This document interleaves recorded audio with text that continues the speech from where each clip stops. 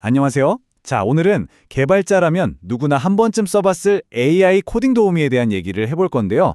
우리가 AI를 돕겠다고 하는 일이 있잖아요. 근데 그게 사실은 AI를 방해하는 걸 수도 있다면 어떠실 것 같으세요? 오늘 바로 그 얘기를 깊이 파고 들어볼 겁니다.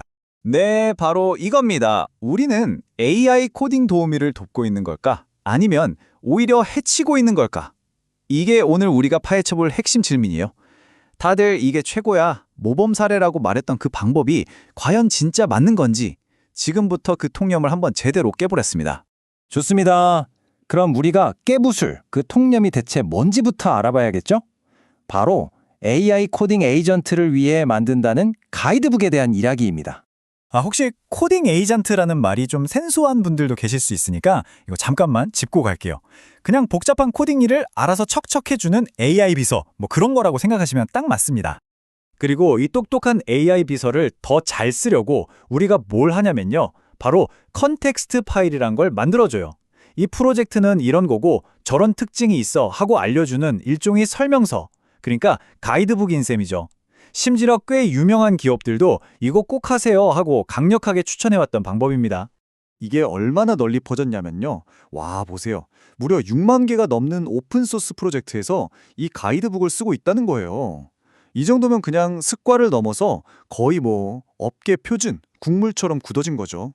그런데 말이죠. 최근에 한 연구팀이 잠깐만, 근데 그거 진짜 효과 있는 거 맞아? 하고 의문을 던진 겁니다. 모두가 당연하게 해오던 이 관행에 대해서 최초로 아주 엄격한 과학적 검증을 시작한 거죠. 대단하지 않나요?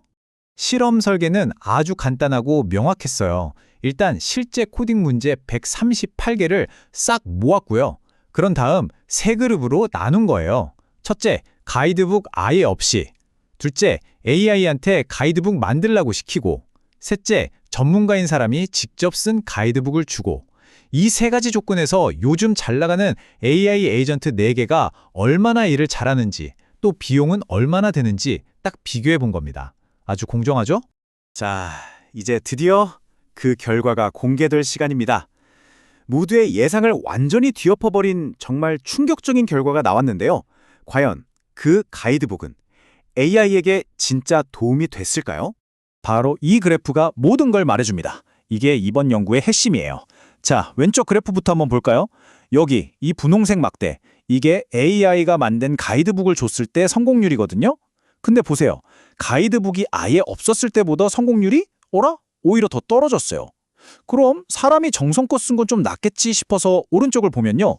이 진녹색 막대, 이것도 거의 변화가 없거나 아주 살짝 정말 미미하게 나아지는 정도예요.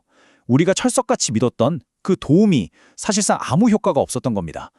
와, 통념이 그냥 와르르 무너지는 순간이죠. 근데 여기서 끝이 아니에요.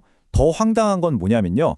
성능은 그대로거나 오히려 떨어졌는데 작업을 처리하는 데 드는 비용이랑 복잡도는 평균 20%나 늘어났다는 겁니다. 이건 도움은커녕 돈과 시간만 더 쓰게 만든 꼴이죠. 그래서 연구 논문에서도 아주 직설적으로 얘기해요. 컨텍스트 파일은 작업 성공률을 감소시키는 경향이 있으며 추론 비용도 20% 이상 증가시킨다 라고요. 한마디로 그거 주지 마세요. 오히려 손해입니다. 라고 딱 못 박은 거죠. 정말 충격적이지 않나요? 그럼 이제 이런 궁금증이 생기실 거예요. 아니 대체 왜? 설명서를 줬는데 왜 일을 더 못해? 그쵸? 이제 그 이유를 한번 제대로 파헤쳐 보겠습니다. 놀랍게도요. AI는 가이드북에 쓰인 말을 정말 충실하게 따랐습니다. 문제는 그 가이드북 내용이 문제였던 거죠. 이 그림을 보시면 AI가 무슨 작업을 했는지 알 수 있는데요. 가이드북을 줬을 때 여기 녹색 점들이요. 파이테스트 같은 테스트를 돌리거나 그래브로 파일 내용을 찾아보는 이런 자잘한 작업들이 확 늘어난 게 보입니다. 그러니까 시키는 대로 하긴 했는데 그게 다 쓸데없는 일이었던 거예요. 그리고 바로 이 그래프가 결정적인 증거입니다. 이 막대가 뭐냐면 AI가 문제를 풀기 위해 얼마나 머리를 썼나, 즉 생각을 얼마나 많이 했나를 보여주는 거예요. 보세요. 가이드북이 없을 때보다 AI가 만들었을 때 저 분홍색 막대요. 그리고 사람이 만든 걸 줬을 때 저 진녹색 막대요. 둘 다 생각을 훨씬 많이 했죠? 결국 가이드북이 AI를 도와준 게 아니라 오히려 머리만 더 복잡하게 만들고 혼란스럽게 해서 문제를 더 어렵게 만든 셈입니다. 이 상황을 딱 이렇게 비유할 수 있을 것 같아요. 외국인 관광객한테 저 박물관은 5번가에 있어요. 한마디만 해주면 되는데 굳이 그 도시의 모든 골목길 이름이 다 적힌 백과사전만한 가이드북을 선에 쥐어준 거죠. 정보가 너무 많으니까 오히려 길을 잃어버리는 겁니다. 과잉 친절이 부른 참사랄까요?